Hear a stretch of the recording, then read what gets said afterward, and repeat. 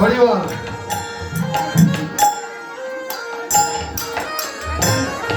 হরিবল। জয়রি জয়রি গোড়া। বেশ, মানে প্রভুর জয় বলল কোথায়? ভক্তগণ কেন বলেছিলেন?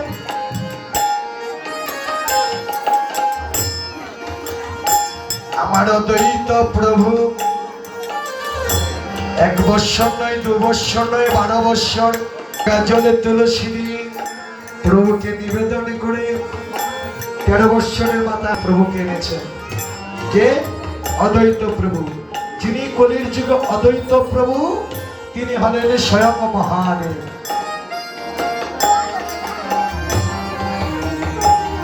হরিবল।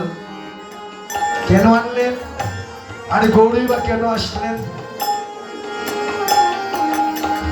ভিখারির বেশে আসলেন কেন বাবা? ভক্তি লোভে। ভক্তির লোভে পড়ে গৌর এসেছেন এই কলির যুগে। কিভাবে আনলেন? কেন অধিবাসটি করি আমরা? হরিবল। যিনি কলির যুগে নিত্যানন্দ প্রভু, তিনি হলেন দাপরের বলরাম, ক্রেতাতে ছিল লঙ্কন ঠাকুর। যিনি গদাধর, তিনি হলেন শ্রীমতী রাধিকা। যিনি শ্রীনিবাস, তিনি হলেন নারদ ঋষি। ভক্ত হরিদাস ব্রহ্মা এসেছেন অন্যভাবে। রায় রামানন্দ ললিতা সতী, তাই না বাবা? হরিবল।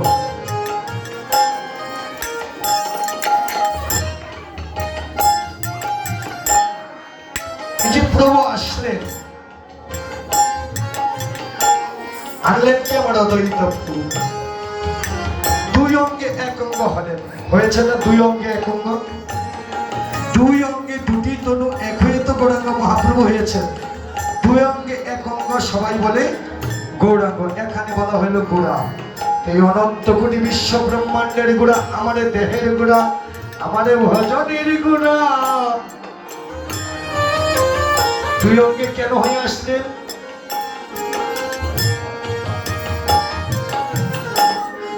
বাবা বৃন্দাবন লীলায় যেতে হবে ভাগবতে। কেন আসলেন গৌর?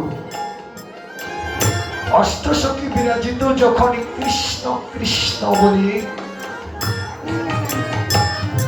কৃষ্ণকে ডাকছিলেন, কৃষ্ণ তথায় এসেছেন।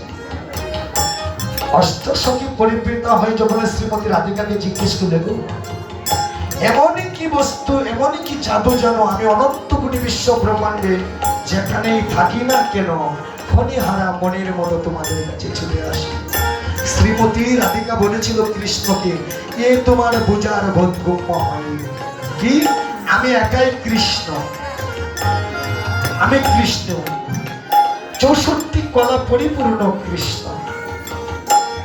দ্বিতীয় প্রশ্ন, বেশ, তুমি যখন 64 কলা পরিপূর্ণ কৃষ্ণ, তুমি একবার আমার বদনের দিকে তাকাও। শ্রীমতী বলেছিল তুমি আমার বদনের দিকে তাকাও। তখন তাকিয়েছিল, বলছে হাসো। হেসেছিল, বলেছিল তুমি তো কৃষ্ণের মাঝে সব গুণ ছিল। কোন গুণটি ছিল না বাবা? ও মায়েরা, কোন গুণ? কৃষ্ণ কোনোদিন কাঁদতে জানত না। কৃষ্ণ কোনোদিন কাঁদতে জানে না। শ্রীমতীকে রাধিকা বলেছে, যাও, যদি কোনো ভক্ত চরণ আশ্রয় করতে পারো তাহলে বুঝবে আমরা তোমাকে কি দিয়ে, কিভাবে, কি বস্তু দিয়ে ডাকি। তাই ঘুরতে ঘুরতে সেই যমুনার তটে যে হাজির হলেন। ওখানে যে দেখলেন একজন বৃদ্ধ বৈষ্ণবী দাঁড়িয়ে আছে। এই বৈষ্ণবীকে প্রণাম করলেন।